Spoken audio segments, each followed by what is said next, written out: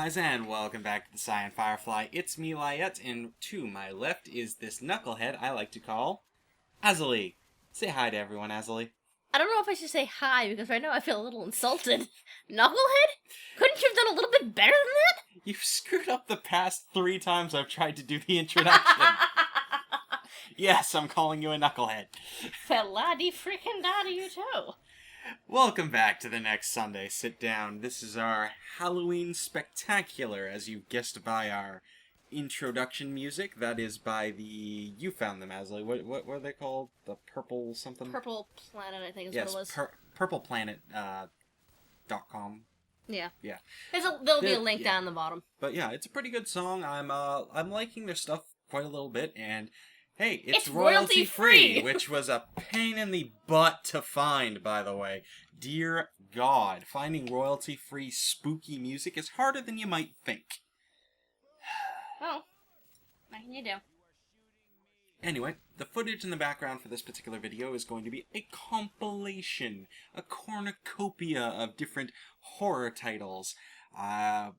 What are we throwing in here? We've got SCP, we've got Slender, we've got Left 4 Dead. Left 4 Dead 2 specifically. Yes. I think I might have a little Amnesia footage in here. Damn it! All sorts of fun little things.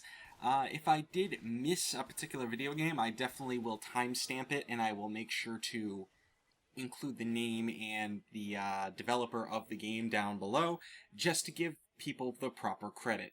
Yes. So, any particular horror games lately that you, well, in general that you've played that really struck out at you? Not really recently. I've been playing again a lot of Left 4 Dead, Left 4 Dead 2. We did do a bit of the Guild Wars 2 Halloween thing. I'm sorry that I don't have any footage for that, guys. We kind of got into that late because of Hurricane Sandy, and even then I just had absolutely no time to record this week because of so much stuff just going on. That, and we spent most of our time trying to do that damn jumping puzzle. The Mad King's Clock Tower, which was fucking ridiculous. I lost 8 hours to my life to that puzzle. Screw you, Ionin, for telling me that was a thing. Seriously, I hate you now. In a loving fashion, but he hates you. I ended up giving up on it because I just couldn't do it. I was like, fuck it. Pardon my French. Yeah, but that is the case. That was a pretty interesting event. I'm really hoping to see more stuff from Guild Wars 2. There's a November event coming up that we're really looking forward to. Or was that? Yes, the Lost Island or whatever. Yeah, I can't wait to see more information about that one. And it looks like there's going to be a December event as well. But yes, I'm looking forward to more holiday-themed events. Yeah.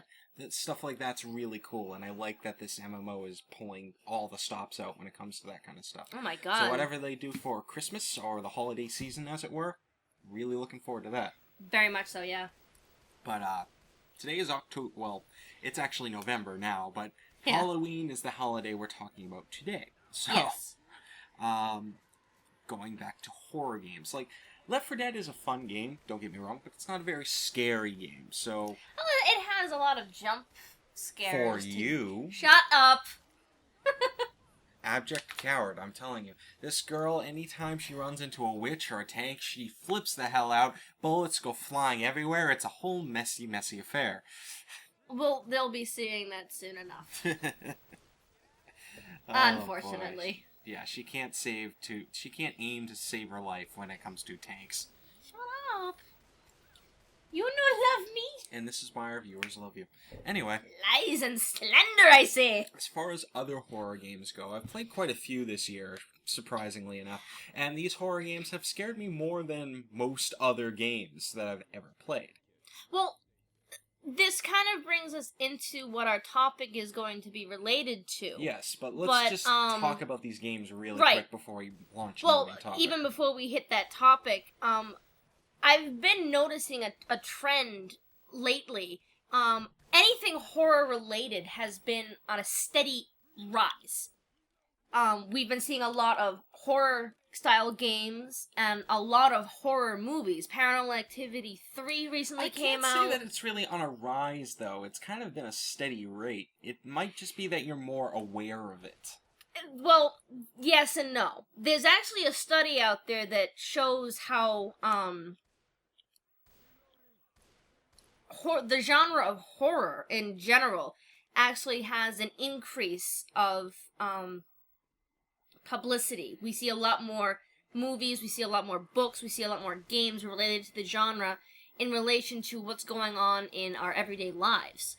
The increase of stress apparently gives rise to an increase in the desire to promote and view horror as a genre. It's a really, really weird study that I actually found recently. Okay, but you're going a little bit off track. I want to talk about specific that's a very nice thing to bring up. But bring that up when we're talking about the topic, not when we're trying to talk about the games that we have in the background. So, well, I'm just saying it is a little bit relevant because we've seen Slender. Yes, but it's not relevant right this second. I think it is. So meh. So continue. These specific games, these individual games. For instance, we've played Slender earlier. We got some footage of Slender up here. But Sanatorium, the new Sanatorium, which is basically a Slender mod 2.0. And not to mention they're making another game in that particular series, which has updated graphics, updated mechanics, which is looking pretty spooky on its own. Mm-hmm. And then, of course, like you said, SCP, Secure, Contain, and Protect, Containment Breach. That is, again, a very, very interesting game. I'm very surprised that very simple mechanics to it, but it's creepy as shit. Well, yeah.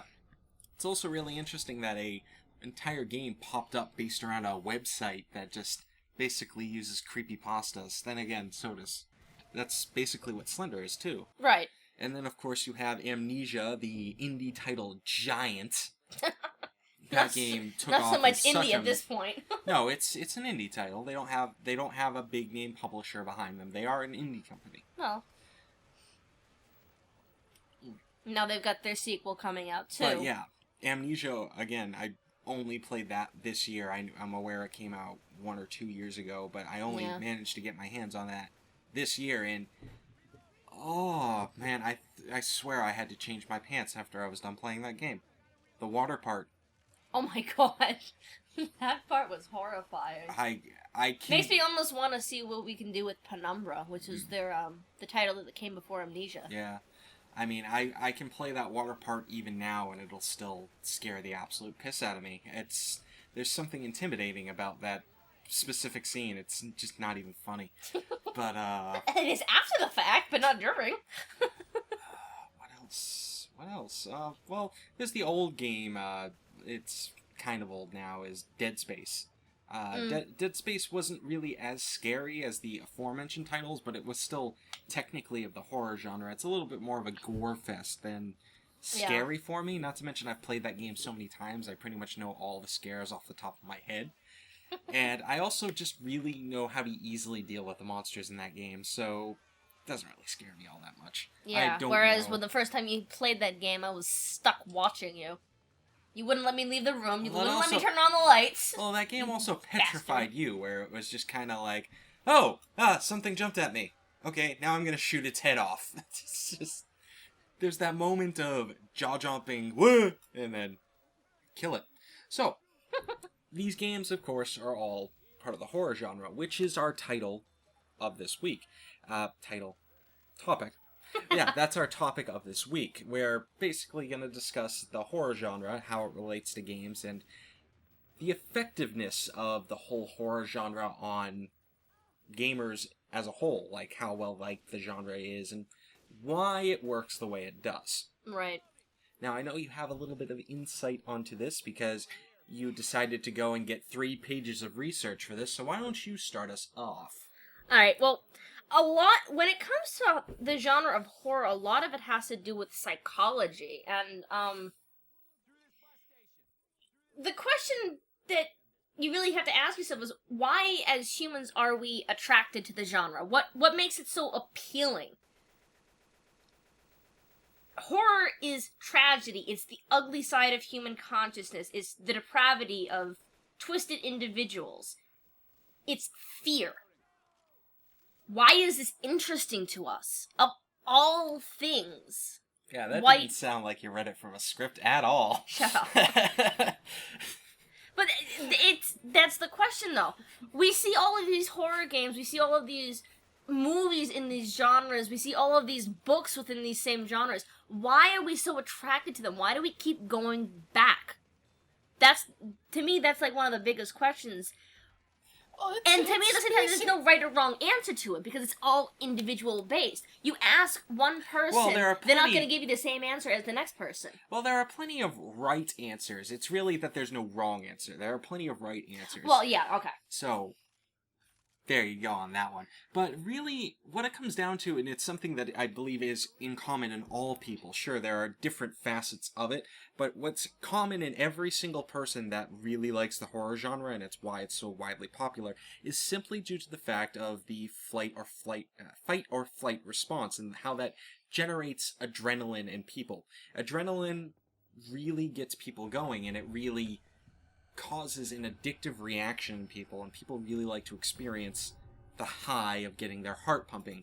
Now, there are some people who, of course, hate the horror genre, but it's true in that's most an example people. of the flight response in reaction to the genre as a whole. But it's just a fact that people like being scared. They like getting their heart pumping. They like getting that rush, that, screaming or seeing something spooky gets them in that mood, and it really just attracts a lot of people to it. I mean, it attracts more people than others, but there are very, very few people who actually can say that they just really don't like this stuff. We do have a friend that is kind of like that.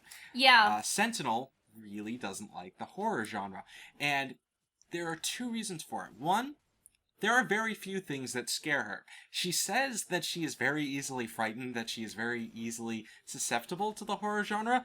I have had her play every single game that has ever terrified me, and I have had her watch plenty of movies that have absolutely terrified me.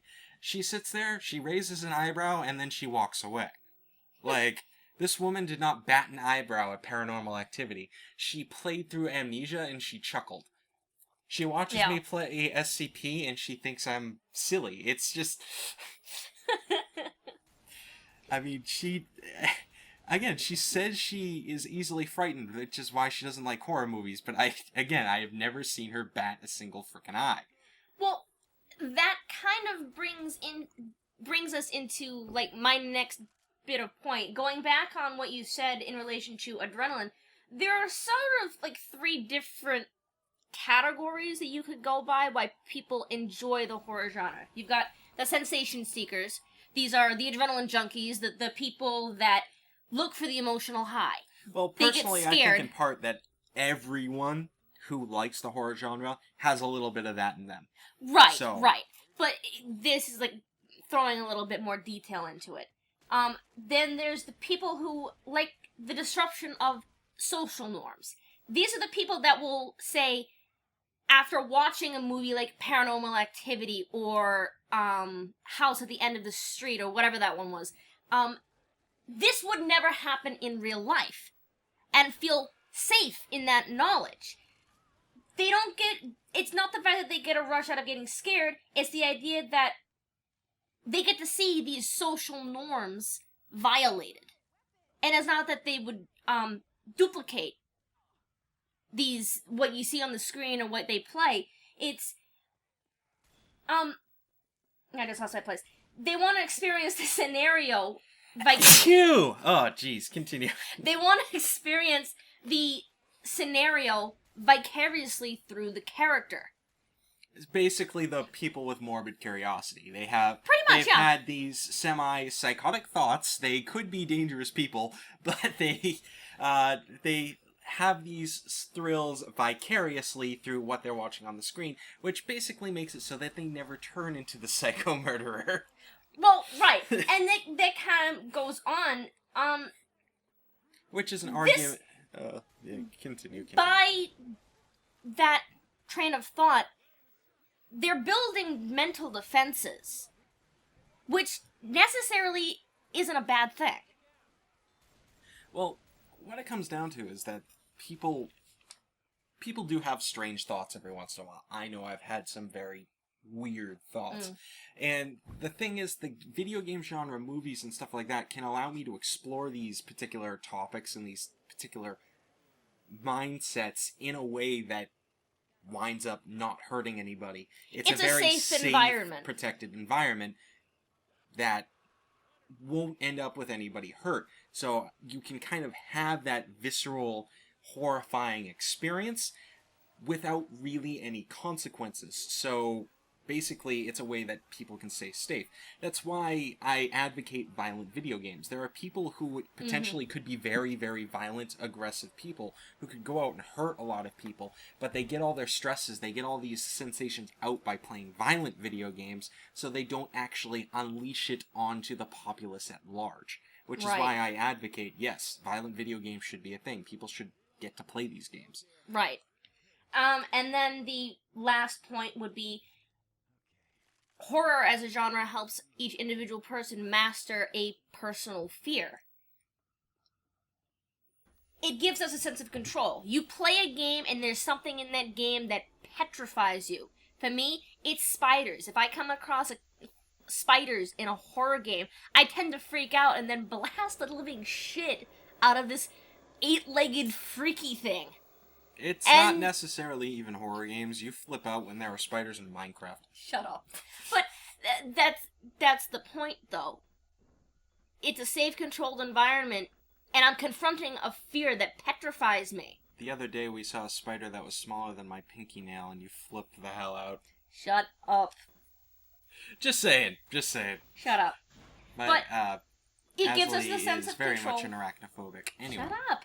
It gives us a sense of control with the assurance that whatever we're seeing, whatever we're reading, whatever we're playing will end at some point. And when it ends, we'll be safe. So just gonna let Azilie go through her notes because she requires notes. Hey, I like my research. Bite me. But and I think both of those other two subcategories still all ties back into the adrenaline thinking. Yes, they all do all tie in, but each person will have like a different reason. People want to combat their fears because it does give them that sensation of that heart-pounding experience. It does, and a sense of confidence.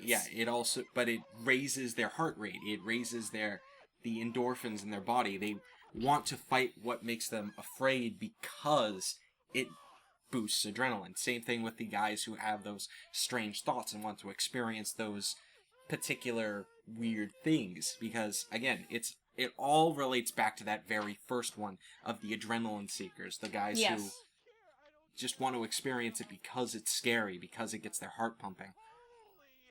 Now, what actually makes something scary? The psychology of a scare. Well, that's basically the flight or fight response. I always say like flight or flight response. I don't. Yeah, the fight or flight response, which has been ingrained in our it's a genetics matter of basic human conditioning. Yes. I actually read something earlier today that if you put a 3-year-old in front of pictures of puppies and then snakes, that 3-year-old who has no knowledge, no education of the dangers of a snake will back away from it. More so when it's rearing up to strike. And that is a fight or flight conditioned response that predates modern society. Well, that's not necessarily the fight or flight response as what I was about to describe. The fight or flight response is a scientific term for what happens when a human runs into something that scares them. Now, basically, what happens if you find something that you perceive as dangerous? What immediately happens is that you get a rush of endorphins that go through your body. Your focus constricts. It actually kind of makes you somewhat stupid. Oh, yeah, that too. But it's a necessary thing because it makes your heart beat faster. It releases chemicals into your muscles that makes you, it pumps you up.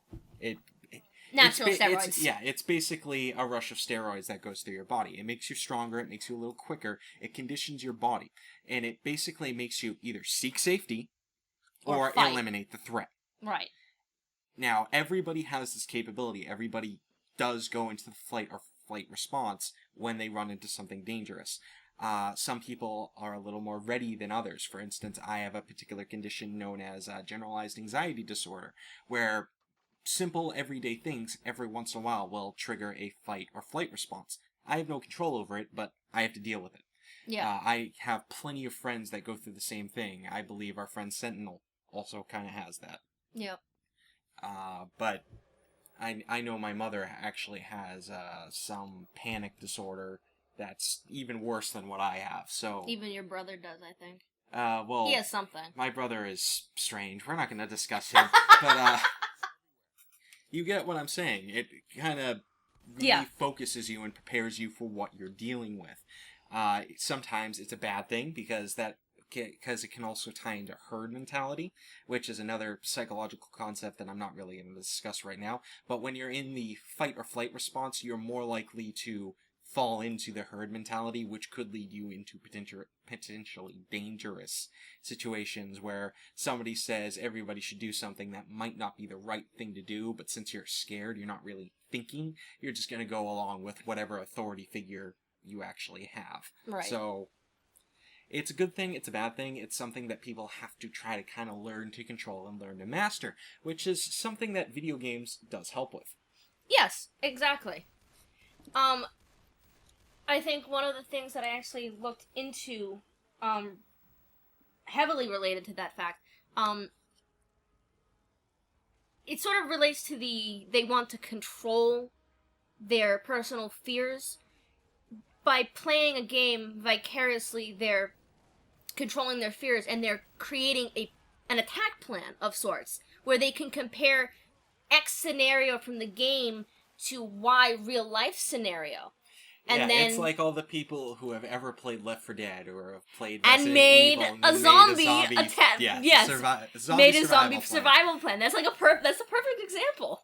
We made them. We have plenty I dare of them. any of you watching this right now to tell me that you do not have a zombie survival plan. Oh my god, you got like 3 or 4. If you do tell me that, I will tell you right now that you are a liar. I guarantee you have thought of it at some point. Yup. You've watched any kind of movie and you said, well, you know, if that happened, I would do this and that. Yeah, you can't tell me you just made a zombie survival plan. Like, sorry. I have a gospel Christian aunt who I guarantee has made a zombie survival plan at some point. Are you kidding? The American government has a zombie survival plan. It's a mock one, but still, they have one, which is ridiculous. Though that's more for the advanced rabies virus kind of deal. The 28 days later zombies. Yeah, that's really what they're prepared for, which is supposedly possible. However unlikely, supposedly impossible. But we'll see when it happens. So what do games do to actually scare you? Well, to really go into detail on that question, we gotta have to break down the individual parts that make a horror game terrifying. Oh, yeah. There are several different ways that a game can scare you. Right. So, what kind of things can a game do to scare you? What is important in a horror video game? Ultimately, outside of maybe some loose story, because, like, for example, not every horror game requires a detailed story. Slender is a perfect example of a game that really doesn't have a detailed story. I'm not sure if Slender really counts, because Slender does have a very detailed background. It's just not apparent in the game. Well, ignoring the background, and you're just playing the game for the first time, you know nothing about Slender Man as a whole, and you're playing the game for the first time because some bastard friend of yours says, throw it at you. I argue, and I oppose this, I'm not sure if somebody who has never heard of Slender whatsoever would be as scared by the Slender game. I just don't think they'd just be as terrified by that figure. They might even see him as a little funny once they actually see the Slender Man. Well, that's a experiment we probably have to try at some later point, is to throw somebody who's never concerned... My problem with that, though, is I've never actually run into somebody who doesn't know what Slender Man is. My dad. We could test it on him. True. That might be something to record at some point. Oh, yes. That would be kind of funny. All right. Anyway. Yeah, if you guys want to see that, let me know below. Oh yeah, please. I would love to get my dad to play. I worry for the computer though. I think he'd throw a fist through it. He doesn't strike me as an easily spooked man, but he doesn't tend to be. But backstory can be kind of important to a game. I'm not saying that it can definitely be used to enhance a title. Yes, I'm not going to deny that, but I'm saying if you threw somebody who never heard of Slender Man in front of the game, didn't have a clue about any of the mythos behind it, they might still get scared. I understand. To me, I think one of the most important aspects of a horror title is the sound.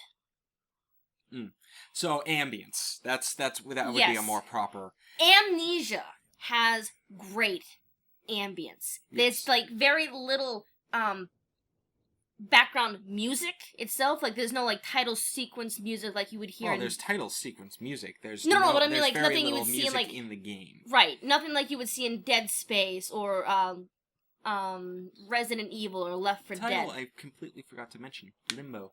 Well, yeah. Yeah, Limbo is another game. That's the quite opposite. It's the almost complete absence of sound. Yeah. Which is unsettling in its own fashion.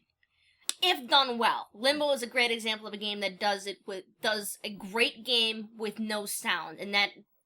Well, there's sound. It's just there's no background ambient sound other than the light, crunch of like you're walking. There's also the light wind blowing throughout the entire game that gives this. But it's so gives it a little whole desolate feel. But there's so little of it. It makes the game seem very unnerving. Yes, with but Amnesia, that's because it makes it feel like it's empty. It feels right. like it feels like there's desolation. It's uninhabited. You are the only person trapped in this very dangerous world. Right. Yeah. Whereas Amnesia has like this great isolation. Ambient, it isolates you. Limbo is an isolation example, but Amnesia. So is Amnesia.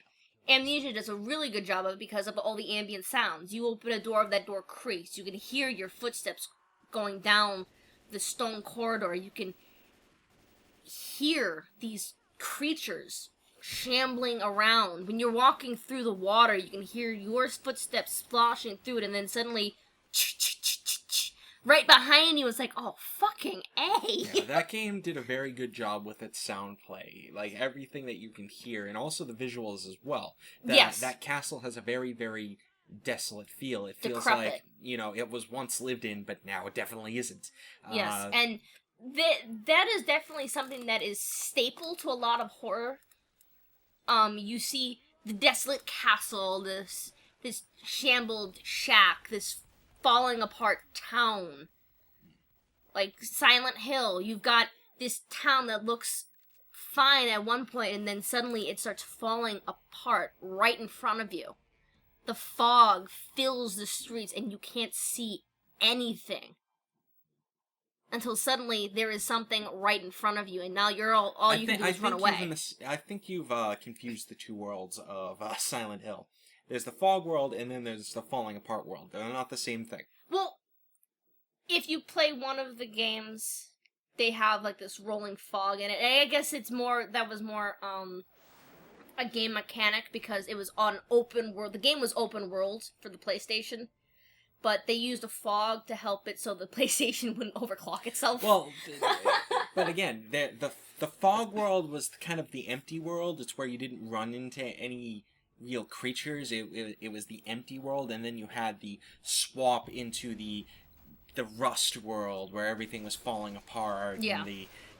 But you get my point. Yeah. Like, there's something unnerving about walking in from there were three dimensions in Silent Hill. The mythos for Silent Hill is so screwed up. It's not even funny. Not to mention they've had a bunch of different chronological games that don't really agree with one another. So, well, and then the movies didn't help. We won't go there. But sound is a very important aspect of horror. Well, ambience in general. Well, yeah, ambient sound in general is very important to creating a mood, to drawing out the emotion of the person playing the game or watching the movie, and even reading a book. The description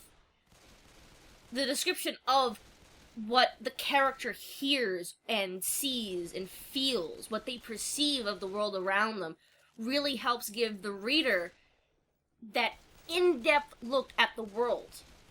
Now, what does a game do different than a movie?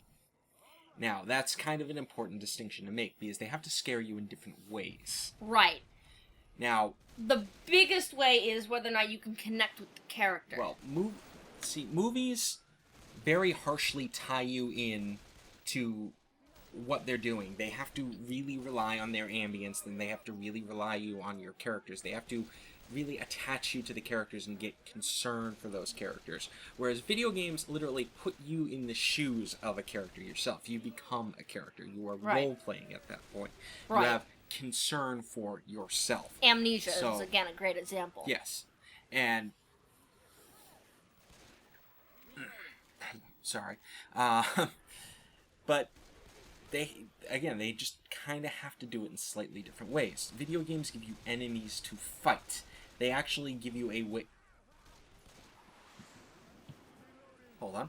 Sorry about that. They actually give you an obstacle to overcome. Sure. The characters in a movie have to do that as well, but it's now you trying to do it. It's a different experience. Right. They rely on things coming after you. They rely on the ability to make you feel unsafe.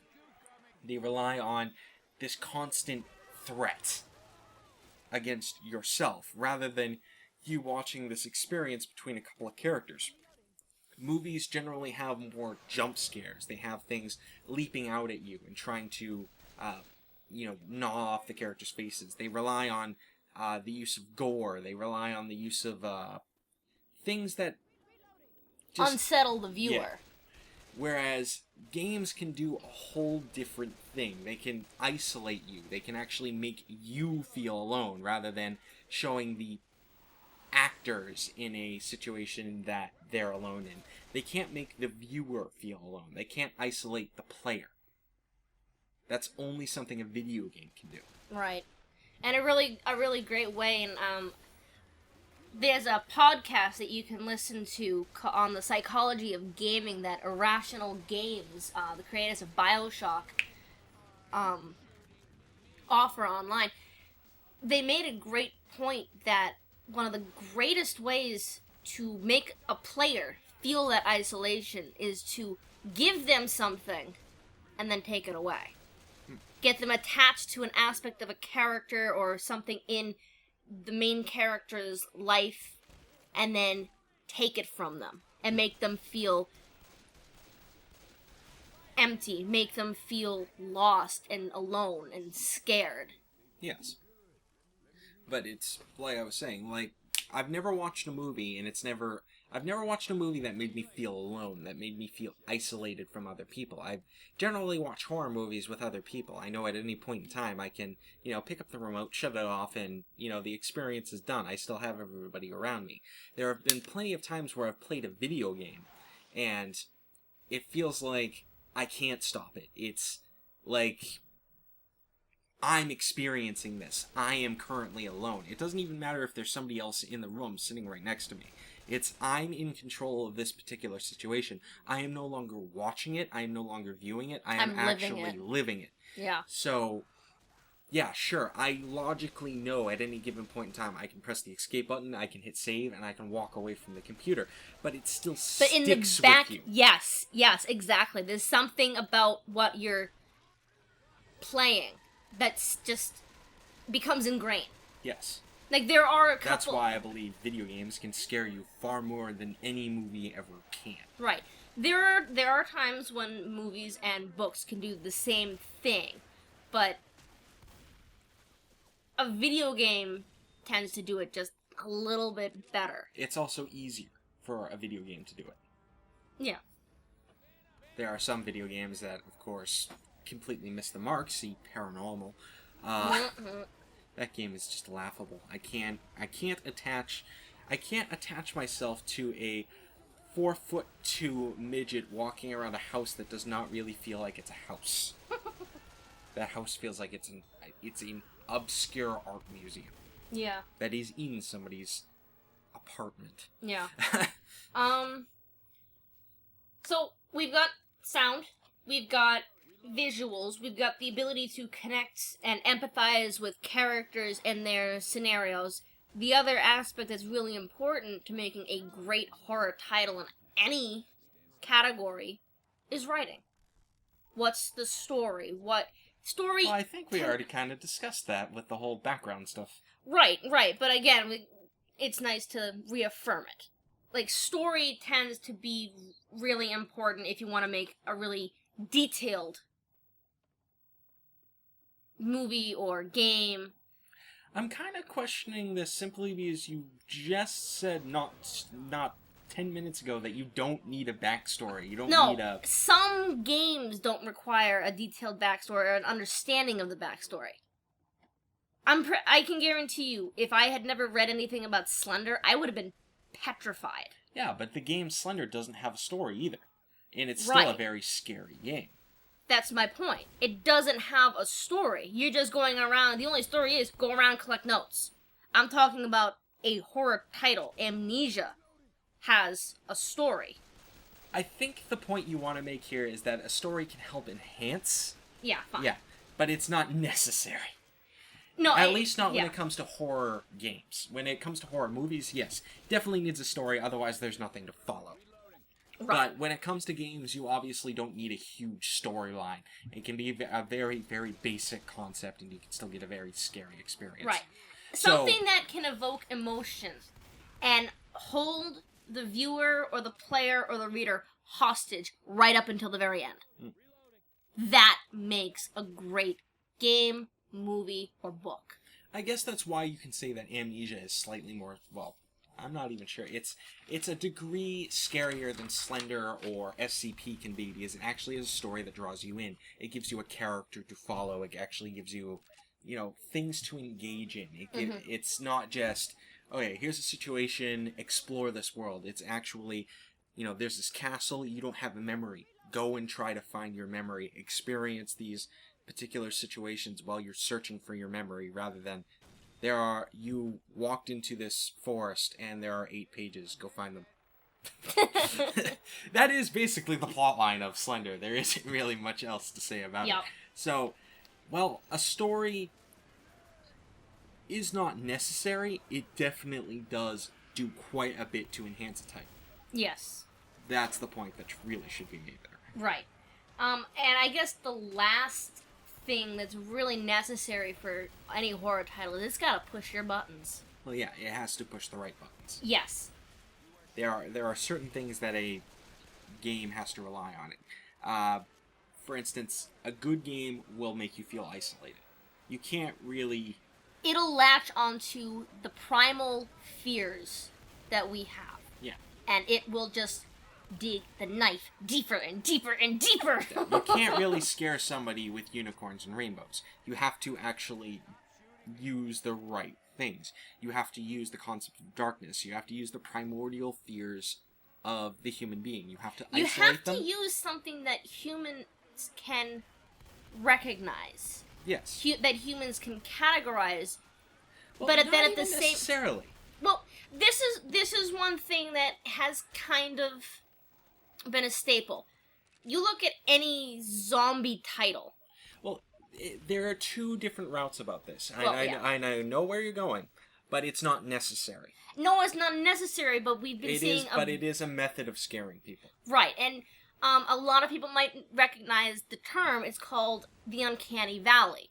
Now, the Uncanny Valley is the concept that because humans tend to categorize things and make comparisons and put them into boxes that we can recognize, there will be things that can be put into these boxes, but there is just something wrong about them. And because there's something wrong, we don't feel comfortable looking at it. Zombies are the perfect example because they look human. But they were aren't. human, but now they're not. It's unsettling. Yes, it's why some of the best horror creatures in any given situation are very human-like. You've got the werewolf, you've got the vampire, you've got ghosts. It's all things that are very close to human, but there's something that makes them different. There's something that makes them horrifying. Exactly. And it's, that's why there have always been tales of witches. There have been the yokai in Japan. It's always a very human-like creature. But then again, you also have the thing that goes the complete opposite direction. The things that humans can't understand. The Yes. eldritch horrors that you just can't comprehend. The things that hide in the dark. Yes. And the things behind closed doors. Yes, the things that lie in the depths, clawing at the roots of the world. The things that are so strange, so abstract, that the human mind actually can't possibly comprehend them. The Lovecraftian horror. Right. This predates modern society. This goes all the way back to when we were, caveman hungry. Yeah. And it's... We don't like the dark. Mm-hmm. We don't like the dark. You think back to when you were a child and your mother and father just turned off the lights and it's like, time for bed. You'll stare into the closet and you will imagine any single nightmare that you've ever had is sitting in that closet waiting for you to close your eyes and come out. But I'll make the point that it's not necessarily the dark itself that you're afraid of. It's what's hiding in the darkness. It's what you can't see. Right. For instance, I know that... like, I'm looking over at my bed right now. I know that there's darkness under there. I'm not afraid of that. That doesn't really scare me. However, if somebody were to knock on the door right now, I can't see what's behind that door. That might spook me out a little bit.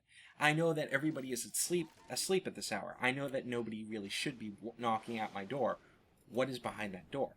And that comes to the quote, "There is nothing more scary than a closed door." Alfred Hitchcock. Yes. So... the unknown is really what scares people, and that's why the ocean is such a great horror Oh my god, concept. yes. There are so many people that are scared of boats and water and what the creatures that I personally swim in am it. kind of terrified of the idea of the open ocean. I would not want to be on the open ocean. The idea kind of freaks me out. I have the image of leviathans just sitting under the waves because it's such a gigantic unexplored place. I have so many images of Cthulhu rampaging under the waves. I tentacles seeping up from the dark. So, and we've all seen these pictures floating around online too, and it just gives fuel to the fire. Yeah. And then that's why I'd much rather be flying. Well, that's what makes it worse, and that to me, that's kind of what makes it cool at the same time. Is like, we don't know what's in the dark. Mm-hmm. And it could be one of the coolest things around, but at the same time, we're freaking terrified. Yes. And there's nothing that we can do about it. It's a primal fear that we can't control. But, like I said, that is on the opposite spectrum. It's definitely not human. It has nothing to do with humanity. It is an extremely abstract concept that you can't attach yourself to. Well, it doesn't even have to be an abstract topic either. I think I'm just saying, you go either way. You either make it a very human concept, but there's something strange about it, or you go in the complete opposite way. Well, there's even more than that. If it exploits a topic or a concern or an image that we already fear, it's doing its job.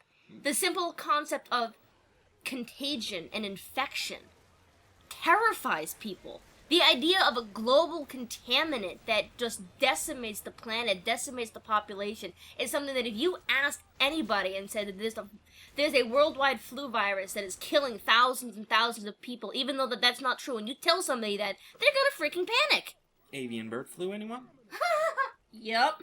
Well, that's a perfect example. We fear global contamination and infection. We fear the unknown of death.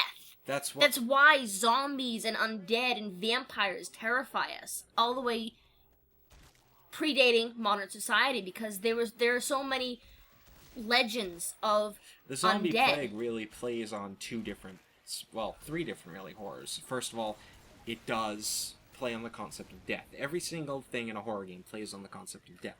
The second thing it does play on is what you mentioned, that human thing that isn't actually human. Yes. And then, of course, there's the last thing, the whole contamination, the plague, becoming sick, becoming, diseased. So you've got a trifecta of 3 really big, Terrors, terrifying yes. things. Yeah. Like, I remember a couple of creepypastas that kind of play off of that whole thing. For instance, there's this creepypasta that plays off of the idea of the origin of horror. And it basically says that human beings are instinctually afraid of certain things. Right. There are just certain concepts that absolutely terrify humans. And that's because it's a learned response. Over time, things just become naturally ingrained in a culture. They see these things time and time again, and it just instinctually draws out fear in people. Like you said, babies are instinctually afraid of snakes, even though they have never actually encountered a snake before. If they know to avoid it. If they see a snake rearing up, ready to bite, they're not going to screw around with it. They're going to back away from it. Likewise, if they see a snarling dog, anything with teeth, they know to be afraid of it. So what exactly happened in the eons before human writing that made us afraid of pale creatures with elongated features and sharp claws? What was so terrifying that caused that massive fear and that massive hysteria in human beings? Right. Well, that's a creepypasta. What I can tell you is those are all the features that are associated with something dead. And that is really what happens when a corpse dies. It slowly starts to rot away, the nails grow, the face becomes sunken in, the eyes get a little bit bigger because of that, the body gets pale. That's all due to the concept of death. That's why that creepypasta works. It's a very creepy kind of thing. I'll have to read it later because that sounds very interesting. Yeah, but that was basically the creepypasta in a nutshell. I mean, I could point you to it, but it's not going to say anything that I just said right there. Yeah. Oh, I love horror. Yeah, I do. We willingly go out to see horror movies. We've seen every Paranormal Activity movie. We've seen Insidious. We've seen Paranormal Activity is another great point because it does both of those. It does both. It hits on the topic of religion. Religion is something that really tends to push people's buttons when you do something unsettling with it. Mm. The concept of demons and possession and witchcraft. The beast, the Antichrist, all those things. Yes. Which, by the way, I would like to point out that nobody does correctly. We're not going to get into it. That's for another debate. But that's... Well, it's just... an important aspect, because a lot of films do that. Slight tirade. Yeah. The beast and the Antichrist are not the same thing. The Antichrist is not going to be born with the number 666 on its skull somewhere, because they are not the same thing. Also, it's not 666, it's 616. I'm done. Okay. Oh, Jesus. Anyway, but moving Paranormal Activity did play on the 2 specific types of horrors that we mentioned. It played on the human side, the human thing that is not really human, and then it also played on the unknowable, the thing that you don't know, that can't understand, that is inherently unhuman. Right. Because they actually specifically said it in the game. The movie. The first thing that they look into is a ghostly possession, and then they learn that ghostly possessions are human.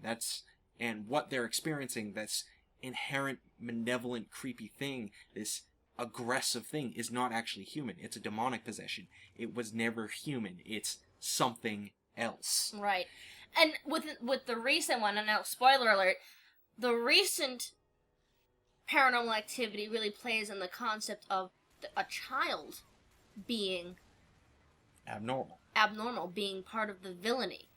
And that is probably a really unsettling thing, because humanity as a whole tends to think of children as innocent, pure, uncorruptible. But here is this child being possessed and being the one to aid in the possession of another. Now, and that's, I'm sorry, that's creepy as hell. But it also plays on that human and no longer the human but not thing. It also plays on the violation in the sense that children represent something. Yes, to but I a lot wasn't of people. entirely finished. It's at the end of the first one, and if you haven't seen the first one by now, well, screw you. Because I really don't care about spoilers about a movie that came out, 4 years ago now? Yeah, yes. But she becomes possessed by the end of the movie, and she is no longer really fully human. And it's right at the end. It's one of the best scares in the entire movie, where she kills the boyfriend. Looks at the camera. And then suddenly her face warps and she attacks the camera. Oh my god, I screamed. We were in the middle of the theater, I'm like... She's human, but she's not. It's terrifying. It did both of those horrors at the same time. It was terrifying. Yeah. Oh my god. And that's why the first Paranormal Activity, at the very least, was a great movie. Yes. You can debate the other ones to death. I personally like them. The fourth one, meh. Not as good as the other three, but... It did a decent job within the series. As far as I'm concerned, the first one is actually a really, really good movie. Oh, the first one was absolutely brilliant. It was... That was the kind of movie that made me have nightmares. And I checked my closet. I would check under my bed, because, like, I don't like this. Now, I feel unsettled, because it's stuck with me. Now, I think that's really all we can say about this particular topic. It is a pretty interesting one, and it's extremely varied. We've been talking for 51 minutes now. Oh boy. Other than that, I really don't know what else to say. Well, I think a great way to end this would be from a quote by Walt Kelly. "We have met the monster, and he is us. We are our own worst fear. Yeah. What we create in our own heads is the most terrifying thing imaginable. What a human can produce in their own mind is far scarier than what anybody else could show you." Which ties, again, back into the idea of there's nothing more scary than a closed door. Yes. What you can imagine, what you can picture in your head, is always far scarier than what can appear on a movie screen, what can appear on a video game. And if you want more terrifying experiences, you need to experience games that play off of that genre. That's why Amnesia was such a great game. That's why that water area is such a great scene, because you can never see the thing that's attacking you there. You only hear it, you can see splashes in the water, you can never see it. That is exactly why that thing is so terrifying, why it's so a visceral, primordial experience, and it's why Dead Space isn't. Yeah. After Dead Space has a lot of great jump scares. And yes. It does have some really interesting scenes that creep you out, like the babies. The thing about the jump scare is that it's not necessarily deep-seated fear, it's just momentary panic. It gets a rush out of you, and that's about it. It doesn't make you afraid for a long period of time. Right. Amnesia, you have like this parade themselves in front of you. They're always visible. Yeah. It's not going to scare you as much as hearing a noise, probably seeing a blur out of the corner of your eye, and then your mind makes all sorts of different horrors. It's just the Amnesia is a creeping dread. Yeah. The more you go into the game, the worse it gets. Yes. You end up feeling stressed as hell by the time you put the game down. And that's why I believe Amnesia is perhaps the scariest game to come out in a long, long time. Yeah. Whereas things like Slender, things like SCP, it's all based on the jump scare. It's that momentary panic where I have to scramble to deal with something. It's not the long-seated... Well, I think you can make an argument that Slender kind of is that creeping dread, because you know that something's following you. Yes, but you don't know where it is, and then it makes that jump scare and scares the living piss out of you. Yeah, but once you see it, once you actually see that figure, he's not really that scary. It's also a problem with Amnesia, because once you actually see the creatures, you realize that they kind of look a little ridiculous. Especially the brute, the smiley face guy, as Jesse so wonderfully puts it. It's once you actually see the creature, once that curtain has been drawn away, once you're actually exposed to the horror, it loses some of its power. That's why playing Amnesia again isn't really all that scary. Right. Well, ladies and gentlemen, I think we've exhausted this topic for the night. So, all I can really say is do look forward to our scare compilation that should be coming out alongside this video. So if you want to watch Azilie and I piss ourselves for however long we decide to do the compilation for, do enjoy that. We have to get to recording that ASAP, so we're going to wrap things up here for now. This has been Lyiat. And Azilie. Scaring the hell out of ourselves once again for your entertainment. See you later, Fireflies. Later.